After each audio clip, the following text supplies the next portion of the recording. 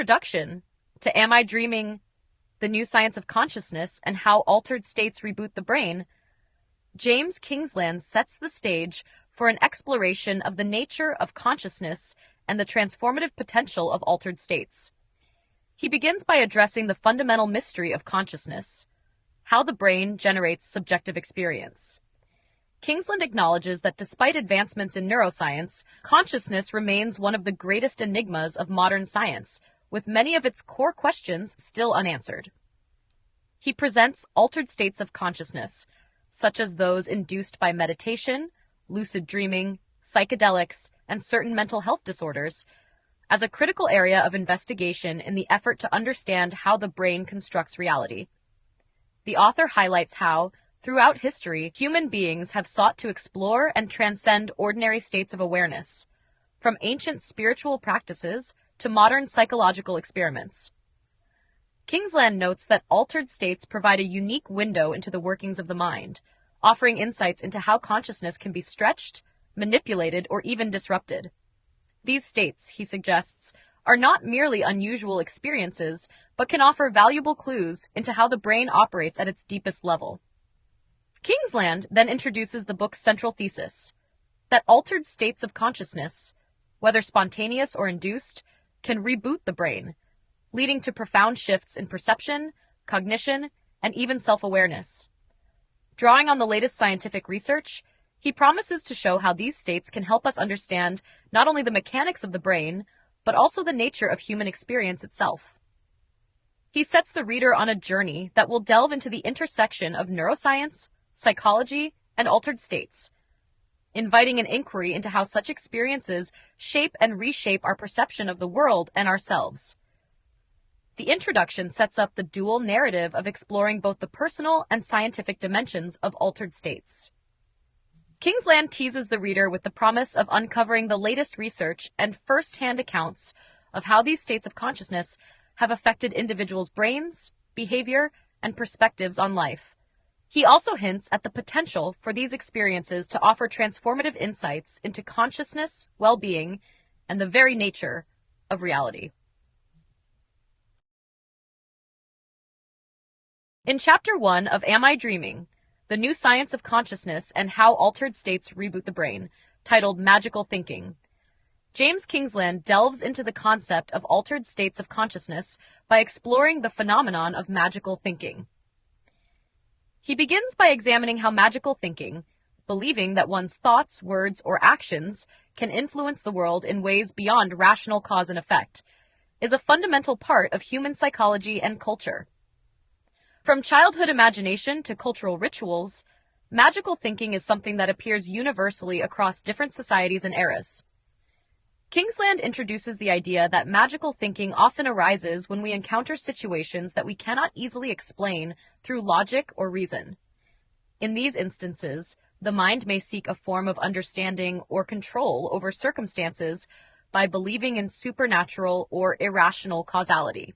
He highlights that magical thinking is often a part of mystical experiences, where the boundaries of the ordinary world seem to dissolve, and reality appears to bend or shift. While it is often dismissed in modern scientific circles, magical thinking has a rich history in religious and spiritual traditions, where it has been used as a tool for transcending the limitations of the everyday world. To understand the role of altered states in this type of thinking, Kingsland explores how specific practices and experiences, such as meditation, dreaming, and psychedelic experiences, can trigger a suspension of ordinary cognitive processes. He illustrates this with examples from various cultures, where individuals use altered states to gain insight, perform healing, or connect with a higher power. These altered states often produce a sense of magic or transcendence, where the ordinary rules of the physical world seem to no longer apply, and extraordinary phenomena appear possible. Kingsland then shifts to discussing the relationship between magical thinking and the brain. He explains how certain areas of the brain, particularly those involved in pattern recognition and the construction of reality, are activated in altered states. In these states, the brain becomes less focused on the rigid structures of the ordinary world and more open to fluidity, imagination, and metaphor. The brain's default mode network, which is active when the mind is at rest, plays a key role in these experiences, as it allows for the blending of internal thoughts and external stimuli, creating a reality that can seem both mystical and irrational. Kingsland also introduces the idea that magical thinking can sometimes be harmful, particularly when it leads individuals to believe in unrealistic or dangerous outcomes. However, he emphasizes that altered states and magical thinking can also have beneficial effects on the brain, such as promoting creativity, enhancing problem-solving abilities, and providing deep personal insights. He points to modern psychological therapies like cognitive behavioral therapy, CBT, and mindfulness-based interventions as examples of how techniques inspired by altered states can be used to help individuals reframe their thoughts and overcome mental challenges. The chapter concludes by setting up the central argument of the book that altered states of consciousness, whether induced by meditation, psychedelics, or dream states, offer us a glimpse into the hidden processes of the brain and can lead to profound transformations in how we perceive the world and ourselves. Kingsland invites readers to consider how these magical experiences, often dismissed as irrational, are, in fact, deeply connected to the workings of the mind, and may hold the key to unlocking new dimensions of consciousness. In this opening chapter, Kingsland establishes a bridge between the mystical or magical aspects of consciousness and the emerging scientific understanding of the brain. He suggests that by studying altered states, we can uncover the hidden mechanisms that shape our experience of reality, offering new insights into the brain's capacity for creativity, perception, and transformation. In Chapter 2 of Am I Dreaming? The New Science of Consciousness and How Altered States Reboot the Brain, titled The Brain Constructing Reality, James Kingsland expands on the scientific foundations of how the brain constructs our experience of reality. This chapter serves as a deep dive into the mechanisms behind consciousness and the brain's role in shaping our perception of the world. Kingsland begins by addressing one of the central questions of neuroscience and philosophy. How does the brain create the experience of consciousness? He introduces the idea that the brain does not simply passively receive information from the outside world, but actively constructs and interprets that information, creating a personalized version of reality. The brain's perception of the world, Kingsland argues, is not a direct reflection of external reality, but a model built from sensory inputs, memories, and predictions. To explain this, Kingsland discusses how the brain is constantly processing and filtering vast amounts of sensory data. While we might think of our experiences as direct encounters with the world, in reality, what we perceive is a construction shaped by prior experiences, expectations, and cognitive biases. He introduces the concept of the predictive brain, where the brain constantly makes predictions about the environment based on past experiences and sensory input. When reality does not match these predictions, the brain adjusts its model of the world. This process is integral to understanding how the brain creates and maintains our sense of self and the world around us. Kingsland also explains the concept of top-down processing, where higher-level cognitive processes, such as memories, beliefs, and expectations, influence the way we interpret sensory information. For example, if we are in a dark room and hear a sound, our interpretation of that sound might be shaped by our expectations, whether we anticipate danger or feel safe. This process highlights how perception is not merely passive, but shaped by the brain's expectations and previous experiences. A significant portion of the chapter is dedicated to the concept of consciousness and how it arises from the interaction of various brain regions. Kingsland explains that consciousness is not localized in one part of the brain, but is instead a dynamic and distributed process. He discusses the default mode network, DMN, which is active when we are at rest or not focused on external tasks. The DMN plays a key role in self-referential thinking, daydreaming, and the construction of the self. However, when we engage in tasks that require focused attention or enter altered states, the DMN is deactivated, and other networks take over, shifting our consciousness and perception of reality. The chapter also addresses how altered states of consciousness, such as those induced by meditation, psychedelics, or dream states, can disrupt or reboot these normal brain processes. Kingsland argues that these states can offer valuable insights into the workings of the brain by temporarily breaking down the usual filters and assumptions that shape our reality. In such states, the brain becomes more fluid and open, allowing for novel ways of perceiving the world and self. This rebooting of the brain's cognitive processes can lead to profound changes in how individuals experience themselves and their environment, offering the possibility of new insights, creativity, and altered perceptions of reality. Kingsland then moves to discuss how brain imaging techniques, such as functional magnetic resonance imaging, fMRI, have allowed scientists to observe the brain in action during various states of consciousness. These technologies have provided empirical evidence for how the brain reorganizes itself during altered states and how these changes can be linked to profound shifts in consciousness. The chapter concludes by reinforcing the idea that altered states are not simply mystical or irrational experiences, but provide a window into the brain's ability to construct and reconfigure reality. Kingsland emphasizes that understanding the brain's mechanisms in these states could help us understand not only the nature of consciousness, but also the potential for transformation and self-improvement through practices like meditation and other mind-altering techniques. By focusing on the brain's role in creating reality, Kingsland sets the stage for a deeper exploration of how altered states of consciousness can offer new ways of perceiving and interacting with the world. He argues that these states, often dismissed as unscientific or irrational, are actually key to understanding the full potential of the human mind.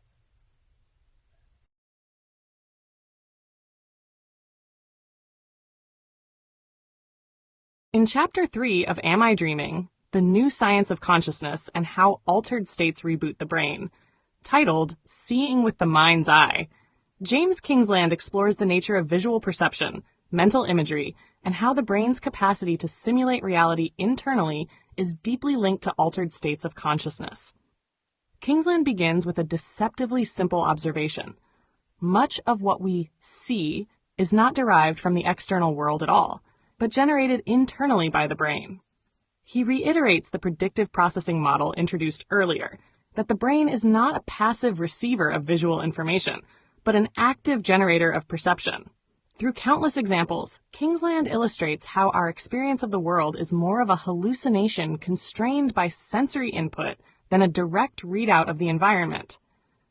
In this sense, all perception is controlled hallucination. He focuses on the role of the visual cortex, which lies at the back of the brain, and how it cooperates with other regions, such as the parietal and prefrontal cortices, to construct visual awareness.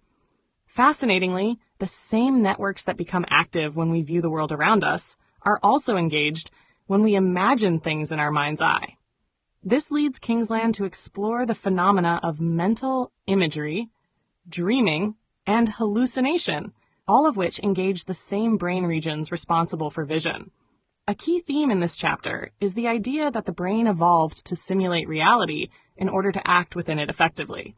In altered states, such as dreams, psychedelically induced visions, or hypnagogic imagery, the brain loosens its grip on external sensory input and allows the internally generated world to take over. These states provide researchers with extraordinary access to the brain's intrinsic activity, unshackled from normal perceptual constraints. Kingsland introduces research on lucid dreaming, in which individuals become aware that they are dreaming while still within the dream state. These dreams, he notes, often contain vivid visual imagery and immersive, emotionally powerful scenes, even though they are entirely generated by the brain. He explains how lucid dreaming is increasingly studied in neuroscience labs as a controlled method of entering altered states for cognitive and emotional exploration. In a related vein, Kingsland draws comparisons with psychedelic states, in which users frequently report vivid visual experiences even with their eyes closed. These visions are not random, but often richly meaningful, deeply emotional, and occasionally life-altering. He explores how substances such as LSD and psilocybin activate serotonin receptors and alter activity in the default mode network, allowing for increased connectivity between regions of the brain that don't usually communicate directly. This neurochemical reorganization may be partly responsible for the visionary, dreamlike quality of the psychedelic experience. Kingsland also reflects on the blurred boundary between perception and imagination. For instance, when we remember a visual scene or imagine a future event, we often see it with our mind's eye. Yet the experience can be vivid enough that it seems temporarily real. In conditions such as schizophrenia or Charles Bonnet syndrome, where visually impaired people experience hallucinations, the brain generates visual content in the absence of external stimuli, revealing the power and independence of the visual system. The chapter suggests that learning to consciously influence these internally generated visions through practices like visualization, guided imagery, or meditation may allow individuals to reshape their inner world. This could have therapeutic applications, particularly in the treatment of trauma, anxiety, or depression, where internal imagery plays a significant role. Kingsland ends the chapter with the assertion that by studying the mind's eye and the states that enhance or transform it, we gain insight not only into the brain's remarkable creative power, but into consciousness itself. What we call reality is, to a surprising degree, a projection of the mind. Altered states of consciousness do not distort this reality, but rather reveal its constructed nature. Far from being mere illusions, these states uncover the deep architecture of perception and the mysterious fluidity of the human mind.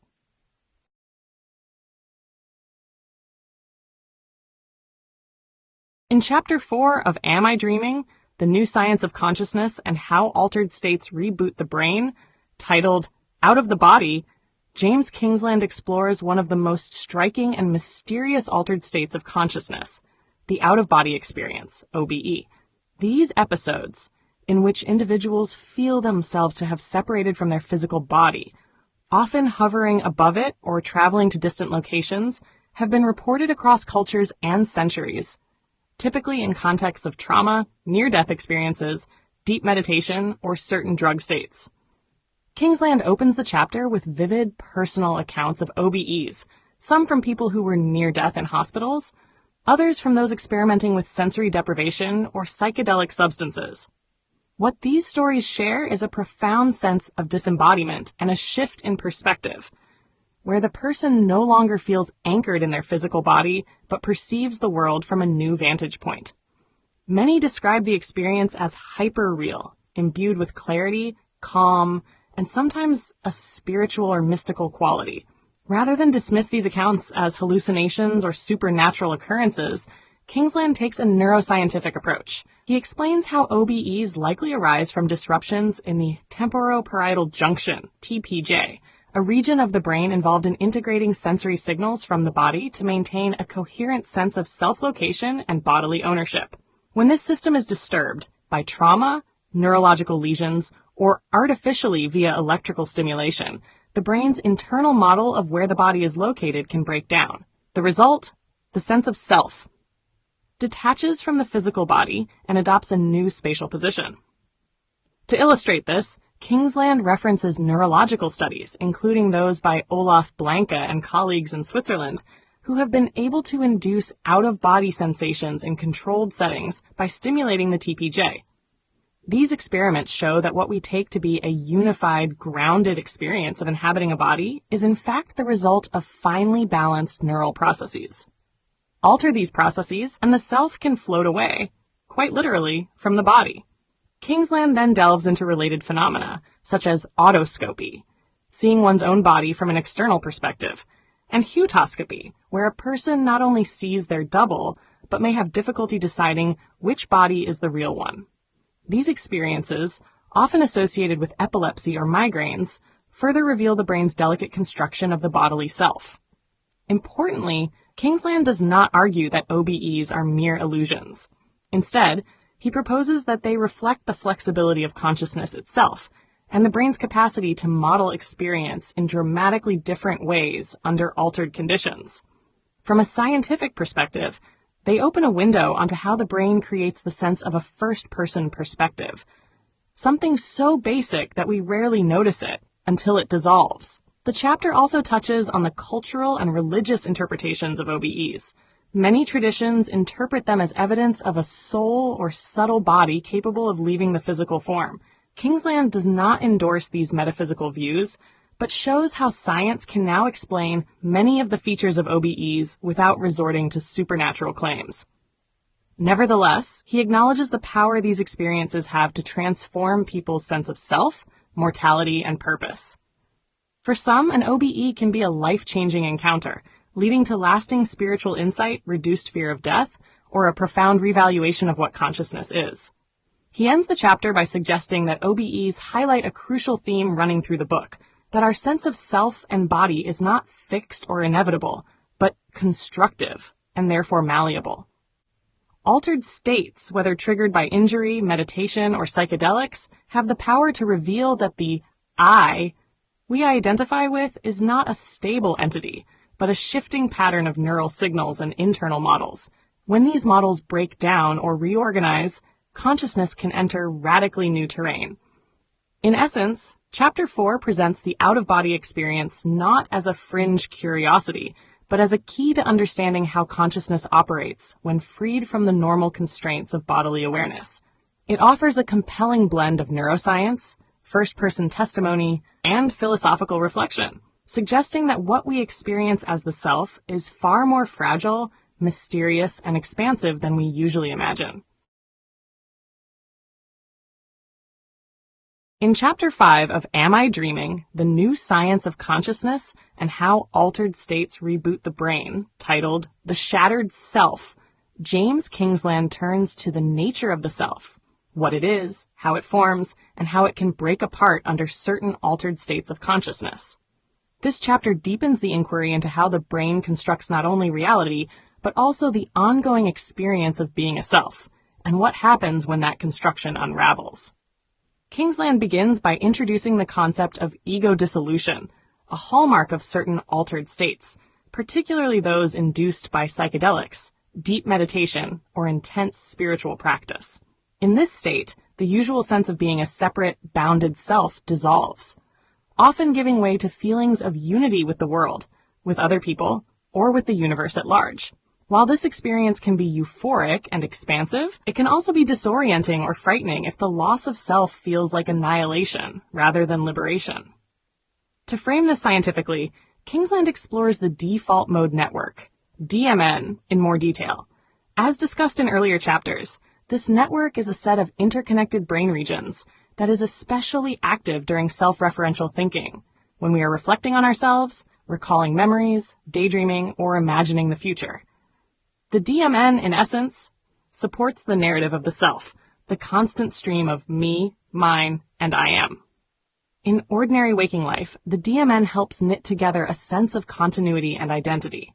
However, during altered states, especially under the influence of classic psychedelics like psilocybin or LSD, this network can temporarily go offline. Neuroimaging studies show that when the DMN's activity diminishes, other brain networks become more interconnected and synchronized in novel ways. This breakdown of the DMN's dominance correlates with the experience of ego dissolution, where the boundaries between self and world blur or vanish altogether. Kingsland connects this to ancient contemplative traditions, such as Buddhist meditation, which explicitly aim to weaken the grip of the ego and reveal a more expansive, interconnected mode of awareness. Long-term meditators, particularly those practicing non-dual awareness or insight meditation, often describe experiences similar to those induced by psychedelics: the loss of a separate self, a sense of timelessness, and deep emotional clarity or bliss. He also examines the therapeutic implications of ego dissolution. Studies from clinical trials using psychedelics for depression, anxiety, and addiction suggest that temporarily loosening the self-structure can lead to lasting psychological transformation. By disrupting rigid patterns of self-related thought, particularly those tied to self-criticism, trauma, or obsession, the mind can reorganize in more flexible and compassionate ways. In this sense, ego dissolution is not the destruction of the self, but its reconfiguration. However, Kingsland is careful to note that ego dissolution is not always positive. In vulnerable individuals, it can lead to psychological distress, confusion, or even psychotic breaks. The self, for all its limitations, provides structure and coherence to human experience. When that structure collapses too quickly or completely, it can be destabilizing. Thus, he stresses the importance of context, support, and integration when working with altered states, especially in clinical or spiritual settings. The chapter also briefly touches on dissociative disorders and psychosis, where the self can fragment not as a means of liberation, but as a symptom of mental illness. These cases, too, shed light on how the self is constructed and maintained, and what happens when that system goes awry. Kingsland concludes the chapter by returning to a central idea, that the self is not a fixed entity, but an ongoing process, a story the brain tells about the body, the past, and the world. Altered states of consciousness expose the fluidity of this story. They show that the self can dissolve, reshape, and reconnect in profoundly different ways, offering a glimpse of consciousness unbound by its usual narrative constraints. Far from being merely disorienting, such experiences may offer deep insight into the nature of mind, identity, and the potential for transformation. In short, Chapter 5 explores the fragile and flexible nature of the self, illustrating how altered states can both dismantle and heal it. Through the lens of neuroscience, psychology, and contemplative practice, Kingsland presents ego dissolution not as a breakdown, but as a gateway, one that leads to new understandings of who or what we really are. In Chapter 6 of Am I Dreaming? The New Science of Consciousness and How Altered States Reboot the Brain, titled The Dreaming Brain, James Kingsland explores one of the most universal and mysterious altered states, dreaming. Here, he delves into the neuroscience of sleep and dreams, and how these nightly experiences offer crucial insight into the nature of consciousness and the construction of reality. Kingsland opens the chapter by pointing out that for all their strangeness, dreams are something we all experience. Every night, our brains enter a state in which we perceive vivid imagery, emotions, and sometimes complex narratives, all without any input from the external world. In dreams, we see, hear, move, and feel, despite our bodies being still and our eyes closed. This phenomenon offers a powerful demonstration of the brain's capacity to simulate reality entirely internally. He focuses in particular on REM sleep, rapid eye movement, the phase of sleep most associated with vivid dreaming. Neuroimaging studies show that during REM sleep, brain activity increases significantly in regions associated with visual processing, emotion, and memory, such as the occipital cortex, limbic system, and parts of the prefrontal cortex, while other areas, particularly those responsible for rational thinking and self-monitoring, remain relatively quiet. This pattern helps explain why dreams are often emotional, surreal, and only loosely bound by logic or chronology. A major theme of the chapter is the idea that dreaming and waking consciousness are not as distinct as they might seem. Kingsland argues that both are forms of internally generated predictive processing. The difference is that while awake, the brain's predictions are constantly constrained and corrected by external sensory input. During dreaming, the sensory world is largely shut out, leaving the brain free to generate an unconstrained simulation based on memories, emotions, and latent associations. He draws connections between dreaming and hallucination, noting that both involve the experience of perceiving things that aren't present. The distinction is not one of kind, but of context and control. Dreams are hallucinations in a safe, sleeping brain. Psychedelic visions are hallucinations in a waking one. In both cases, the brain is doing what it always does, generating models of the world. It's just that the filters and constraints have changed. Kingsland also introduces the concept of lucid dreaming, in which the dreamer becomes aware that they are dreaming, and in some cases, gains control over the dream. This phenomenon fascinates neuroscientists because it appears to involve the reactivation of parts of the prefrontal cortex, essentially allowing metacognitive awareness to reemerge during REM sleep. Lucid dreaming demonstrates that consciousness is not entirely offline during dreaming. Rather, it is altered in a specific and instructive way. The chapter also explores how dreams play a role in memory consolidation, problem solving, and emotional processing. Research suggests that during sleep, the brain integrates new information, weakens unnecessary neural connections, and simulates social and emotional scenarios, allowing us to process experiences and reduce psychological distress. Kingsland notes that people who dream more vividly or lucidly often score higher on creativity tests and may have more flexible or associative modes of thinking.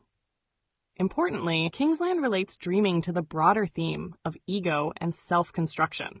In dreams, our sense of self can shift dramatically. We may become other people or experience events from multiple perspectives. Time and space become fluid. These shifts illustrate how our waking identity is a cognitive construct that can be modified or dissolved, even outside of conscious control. As with earlier chapters, Kingsland ties dreaming to spiritual and philosophical traditions. Many contemplative practices, particularly in Tibetan Buddhism, place great emphasis on dream states as a form of inner training. The dream yoga tradition, for example, treats lucid dreaming as a means of exploring consciousness and loosening the grip of the ego. In these practices, the dream state becomes a kind of laboratory for the mind. Kingsland concludes the chapter by reinforcing the idea that dreaming is not a meaningless byproduct of sleep, but a vital and revealing expression of the brain's powers. Dreams are a nightly window into the brain's ability to simulate, remember, process emotion, and test out possibilities. They show us that the boundaries between the real and the imagined, the self and the other, are not fixed but fluid. In this way, dreams serve as a natural altered state, one that reminds us, again and again, that consciousness is both more fragile and more expansive than it seems. Chapter 6, then, brings the reader full circle to the book's core insight, that by studying altered states like dreams, we learn not just about exceptional experiences, but about the everyday workings of consciousness itself. In Chapter 7 of Am I Dreaming? The New Science of Consciousness and How Altered States Reboot the Brain, titled Becoming Nobody, a First Day, James Kingsland turns his attention fully to the ancient contemplative practices, particularly those rooted in Buddhist traditions, that seek to strip away the illusion of a fixed, permanent self. This chapter weaves together insights from neuroscience, psychology, and spiritual philosophy to explore how meditation, especially when sustained over time, can induce profound shifts in consciousness, akin to those experienced through psychedelics, dreaming, or trauma, but with more stability and intention. Kingsland begins by referencing a well-known phrase from the late American spiritual teacher Ram Dass, becoming nobody. This idea, which sounds paradoxical or even nihilistic from a Western standpoint, is a central tenet in Eastern contemplative traditions. The self, in this view, is not a thing but a process, constructed moment by moment through thoughts, memories, sensations, and social roles.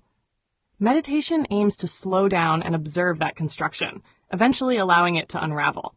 The practice of mindfulness, paying attention to thoughts, feelings, and bodily sensations without attachment, acts as a kind of controlled ego dissolution.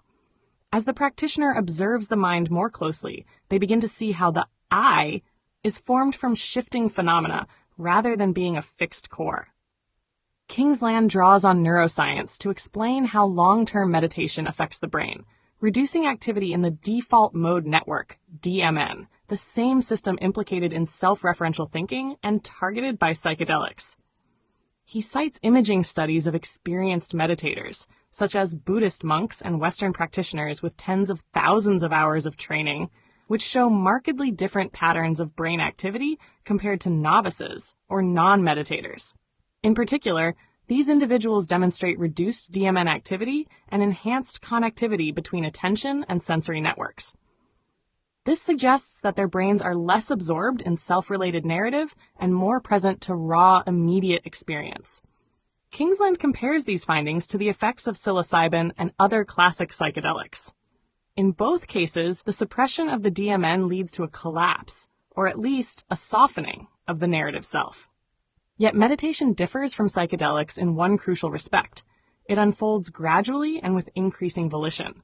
Whereas psychedelics often produce ego death by force, meditation allows the practitioner to become nobody by choice, gently and over time.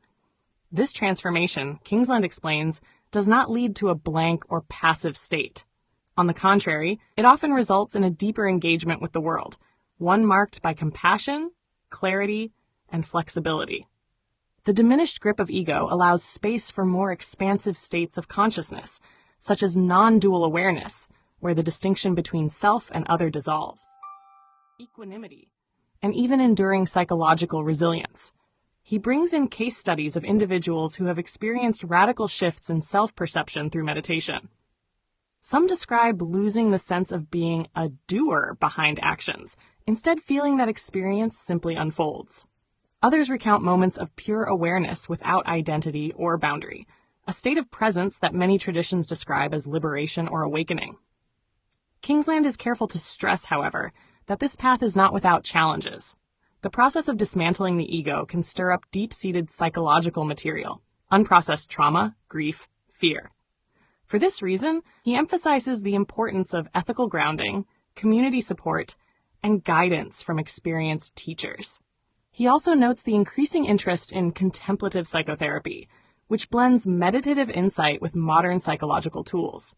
The chapter also touches on modern movements like secular Buddhism and mindfulness-based cognitive therapy, which extract the transformative aspects of contemplative practice while setting aside metaphysical claims. Kingsland is open to both traditional and secular interpretations, focusing instead on the shared insight that the self is a mutable phenomenon and that letting go of its rigid patterns can be deeply liberating. By the end of the chapter, Kingsland has drawn a full arc from spontaneous ego loss in trauma, dreaming, and psychedelics to deliberate ego release in contemplative practice. In both cases, the shattering of the self reveals something crucial, that our ordinary consciousness is only one possible configuration among many. To become nobody, in this light, is not to vanish, but to awaken to a deeper, freer mode of being. Chapter 7 thus serves as a philosophical and neuroscientific meditation on spiritual transformation, arguing that by loosening the ego's hold, we do not lose ourselves.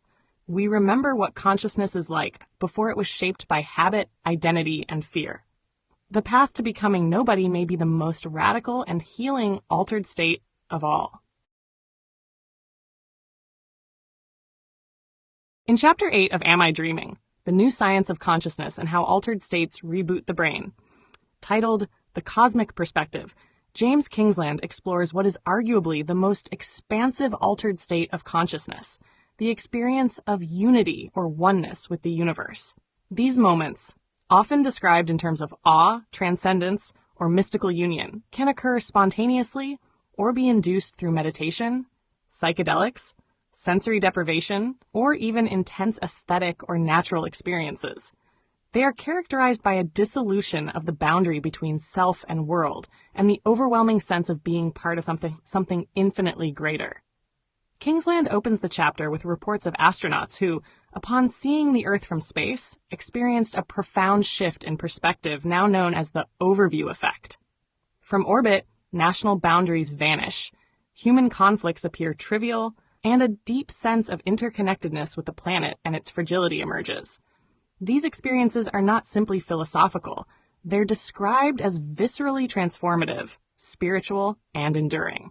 Kingsland draws a parallel between this perspective and the cosmic altered states often sought or stumbled upon in mystical traditions and psychedelic journeys. He then turns to the neuroscience behind such states. As with earlier discussions on ego dissolution, Kingsland emphasizes the role of the default mode network, DMN, and its silencing during peak mystical experiences. When the DMN quiets, the mind's preoccupation with the self recedes, allowing for a sense of expansion. Neuroimaging studies of individuals under the influence of psilocybin, DMT, or 5-MeO-DMT show that users often report losing their individual identity and merging with a vast, universal consciousness. This is echoed in similar experiences found in advanced meditative states or near-death experiences. Rather than interpreting this as evidence for a metaphysical or supernatural truth, Kingsland again takes a naturalistic stance. The self is a model built by the brain, and when that model collapses, consciousness is no longer confined by its usual filters. The resulting experience may feel cosmic, not because it transcends physical reality, but because it reflects the full capacity of the brain to reorganize perception in radically different ways. The sense of connection to everything may arise from the brain's removal of the self-other divide, a division that is normally essential for navigation, but not ontologically real. He also considers the role of awe, an emotion frequently associated with these expansive states. Awe, as psychological research suggests, involves a simultaneous perception of vastness and a need to accommodate that vastness within one's existing mental framework, whether sparked by a star-filled sky, a sublime piece of music, or a sudden vision of unity. Awe can make the self feel smaller or disappear entirely. Yet, paradoxically, this diminishment of self does not bring fear but peace, humility, and often joy. Kingsland discusses how these cosmic states may serve important psychological functions. They can reduce rumination, promote pro-social behavior, and foster a long-term shift in values, from individualism to collectivism, from control to acceptance. Such effects have been observed not only in spiritual practitioners, but also in clinical trials using psychedelics for anxiety, depression, and end-of-life distress. Patients who undergo mystical-type experiences often report a durable increase in well-being, gratitude, and openness. The chapter also touches on the risk of misinterpretation or spiritual narcissism. Kingsland notes that while cosmic states can be powerful and meaningful, they do not necessarily confer moral authority or infallible insight. The sense of accessing ultimate truth can be seductive. Without careful integration, may reinforce delusional thinking. The challenge, he suggests, is to hold these experiences with both reverence and critical humility, to let them guide but not dictate. Finally, Kingsland places these phenomena within a broader historical and philosophical context. From the Upanishads to Christian mysticism, to the writings of William James and Aldous Huxley, the idea that the self can dissolve into a greater whole is a recurring human insight. What neuroscience and psychology now offer is a way of understanding such experiences, not as aberrations, but as intrinsic capacities of the mind, potentials that lie dormant in ordinary states but can be revealed through practice, accident, or pharmacology. Chapter 8 closes with a return to the book's central theme, that consciousness is far more flexible and mysterious than our daily awareness suggests. The cosmic perspective is not a fantasy. It is a legitimate, measurable, and potentially transformative state of mind. When we let go of the self, even briefly, we may find not emptiness, but everything. And in that moment, Kingsland argues, we come closer to understanding not just what consciousness is, but what it might become. In Chapter 9 of Am I Dreaming? The New Science of Consciousness and How Altered States Reboot the Brain, titled Rebooting the Brain, James Kingsland brings together the various strands explored throughout the book to address one of the most urgent and practical questions: how altered states of consciousness, whether induced by psychedelics, meditation, dreaming, or mystical experience, can catalyze lasting psychological and neurological transformation. The focus here is on healing, particularly from conditions like depression, anxiety, trauma, and addiction, which often arise from deeply ingrained patterns of thought, emotion, and identity. Kingsland begins by describing the brain as a predictive organ, constantly generating models of the world and of the self based on past experience. In people with chronic mental health conditions, these models become rigid and maladaptive. For instance, in depression, the brain may become trapped in loops of negative self-appraisal and hopeless prediction. In addiction, it may prioritize short-term reward despite long-term harm. These entrenched patterns are reflected in the brain's functional architecture, especially the dominance of the default mode network, DMN, which reinforces habitual self-related thought. The idea of rebooting the brain, then, refers to interrupting these cycles and allowing the mind to reorganize itself around new, healthier patterns. Kingsland argues that altered states of consciousness, when accessed safely and skillfully, can act as psychological reset buttons. He draws especially on the latest research into psychedelic-assisted therapy, where substances such as psilocybin and MDMA are used in structured therapeutic settings. These substances, by quieting the DMN and increasing global brain connectivity, enable a temporary dissolution of fixed mental frameworks, allowing suppressed memories, emotions, and perspectives to emerge and be processed more adaptively. He presents evidence from clinical trials where patients suffering from treatment-resistant depression PTSD, or existential anxiety report not only short-term relief, but enduring changes in outlook, behavior, and mood after just 1 or 2 psychedelic sessions. What makes the difference, he emphasizes, is the quality of the experience, particularly whether it includes elements of insight, emotional release, or what researchers call a mystical type experience, characterized by ego dissolution, unity, transcendence of time and space, and deep meaning. Meditation and other contemplative practices, though more gradual, can produce similar results. Kingsland highlights how mindfulness-based cognitive therapy, MBCT, for example, teaches patients to observe thoughts and emotions as transient mental events rather than absolute truths. Over time, this weakens the identification with a fixed, suffering self. For many, sustained practice leads not only to symptom reduction, but to positive psychological growth, what some researchers refer to as post-traumatic growth. Dream work and lucid dreaming are also touched upon as tools for transformation. Dreams, especially when explored consciously, can surface unconscious material and provide metaphoric insight into unresolved issues. Lucid dreaming, in particular, offers a space for therapeutic rehearsal, where fears can be confronted, traumas reimagined, and a sense of agency recovered. Importantly, Kingsland discusses the necessity of integration, the process by which insights and shifts experienced during altered states are incorporated into everyday life. Without integration, even the most profound experiences may fade or become sources of confusion. This is where the therapeutic container, be it a clinical setting, a spiritual community, or personal reflection, becomes essential. Techniques like journaling, somatic work, psychotherapy, and ongoing contemplative practice help solidify and deepen the transformation. Kingsland also considers the societal implications of these findings. As mental health crises surge globally, the promise of a neurodiverse toolkit for healing, spanning ancient contemplative wisdom and cutting-edge neuroscience, offers hope beyond the limitations of pharmacology alone.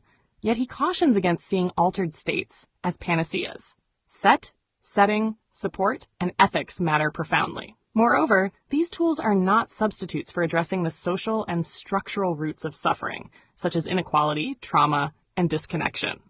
The chapter ends on a note of cautious optimism. Kingsland argues that if approached with humility and rigor, the science of altered states could lead to a new paradigm in mental health, one that views the mind not as a machine to be fixed, but as a dynamic, plastic, and meaning-seeking system. In rebooting the brain, we do not merely erase suffering. We may uncover new possibilities for selfhood, connection, and consciousness itself. Chapter 9, then, functions as the book's practical culmination. It shows how the insights gleaned from dreaming, meditation, psychedelics, and mystical experience are not just fascinating, they are actionable. When used wisely, altered states do not disconnect us from reality. They reconnect us, reshaping the mind in ways that are more flexible, open, and whole. In the epilogue of Am I Dreaming? The New Science of Consciousness and How Altered States Reboot the Brain, James Kingsland offers a contemplative and integrative reflection on the journey the reader has taken through the many layers of consciousness, altered states, and the evolving neuroscience that underpins them. This closing section draws together the philosophical, scientific, and spiritual threads woven throughout the book, and situates them within a broader existential and cultural context. Kingsland begins by returning to the fundamental question posed by the book's title, Am I dreaming?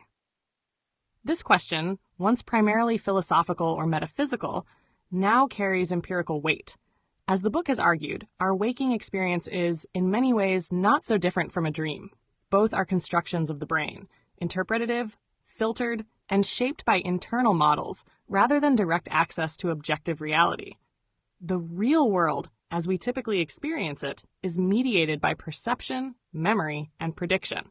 He re-emphasizes the notion that consciousness is not a single state, but a spectrum of experiences, ranging from the sharply focused and ego-bound waking self to the boundaryless unity of mystical states, or the chaotic creativity of dreams.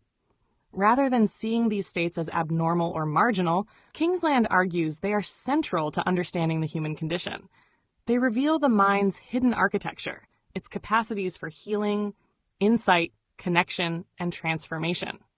In the epilogue, Kingsland also reflects on the cultural and historical moment in which interest in altered states has surged. Meditation, psychedelics, lucid dreaming, and contemplative neuroscience are no longer fringe pursuits. They are increasingly part of a mainstream search for meaning, healing, and truth in an anxious, fragmented world. This shift, he suggests, may be both a reaction to modern life's alienation and a sign of deeper evolutionary potential. Just as Homo sapiens evolved the capacity for self-awareness, we may now be learning to step beyond the self, to reimagine who we are and how we relate to others. At the same time, Kingsland warns against escapism or spiritual bypassing. The value of altered states lies not merely in their novelty or intensity, but in their capacity to enrich our ordinary lives, to reduce suffering, deepen empathy, and bring clarity to the mind. The goal is not to live in a dream, but to awaken within the dreamlike nature of reality. He closes with a meditation on humility and wonder. For all our scientific advances, the mystery of consciousness remains vast. Why anything feels like anything, why subjective experience exists at all, continues to elude definitive explanation. Yet in exploring altered states, we glimpse that the answers may not lie solely in theory or measurement, but in direct, lived experience. Thus, the epilogue offers not a conclusion, but an invitation. Kingsland encourages readers to remain curious, open, and grounded as they continue to explore the frontiers of mind and self. Whether through meditation, mindful awareness, or encounters with the sublime, the path forward is not about leaving reality behind, but seeing it more clearly, perhaps for the first time. In this sense, to ask, "Am I dreaming?" is not to question the real, but to awaken more fully to it.